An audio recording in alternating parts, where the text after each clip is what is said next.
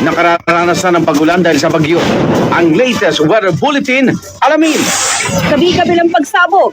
Convoy ng Vice Alcalde sa Isabela Basilan. Pinasabugan. 4 patay.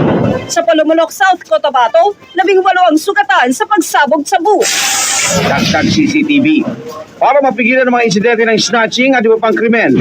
Barangay Roas District sa Quezon City. Daragdagan pang kasalukuyan nilang 36 na CCTV. Pasok sa semis. Gilas Pilipinas, panado kontra sa Lebanon sa quarterfinal round ng FIBA Asia Championship. Aldab Wixery. Alden at Yaya Dab, nagpalitan ng regalo. Todo rin sa pagkilig ang duet. Oy! Oy! Placao Rod Prick sa Midnight Express. Matakam sa crispy lapu-lapu na may 3 flavored sauce.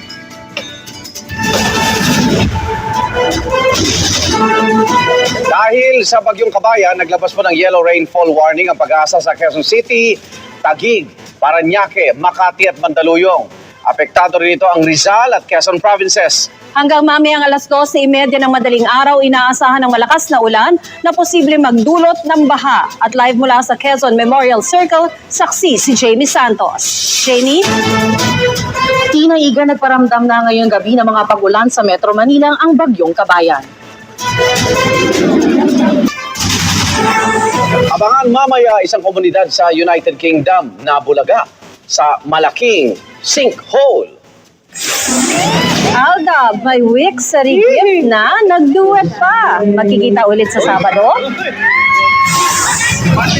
At buntis na tinderang nasa gilid ng kalsada sa Cebu, pinagalitan ng isang market inspector. Huwag bibitiw. Sama-sama pa rin tayo susunod na. Naku, malaking sinkhole. Bumalaga sa isang komunidad sa United Kingdom. Balitang hatid na ng isang liga ng katotohanan. Sama-sama natin At yan ang mga balitang walang kinikilingan, walang pinoprotektahan. Walang kasinungalingan, serbisyong totoo lamang. Susunod na ang Planet Earth.